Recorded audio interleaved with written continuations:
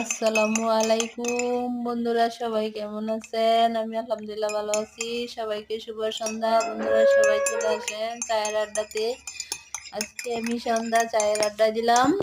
তারপর আপনাদের সাথে একটু চা শেয়ার করে নিলাম।